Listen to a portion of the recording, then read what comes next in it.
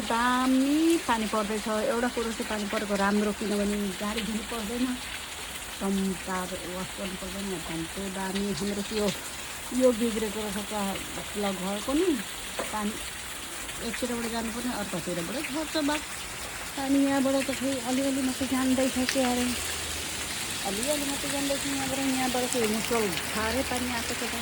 यसलाई चेक गर्नु त्यसलाई भरेछ फुल्दै राम्रो फुल्दैछ। यतापट्टि पनि राम्रो फुल फुलिरहेछ, उतापट्टि चाहिँ उलो आयो उलो। अनि हावा पनि लाग्दैछ। अहिलेको 12 बज्न आएको। यहाँपट्टि फुल छ। भेजिटेबललाई फुललाई चाहिँ दान गरेँ, त्यहाँ पनि फुल रोपेर जानु।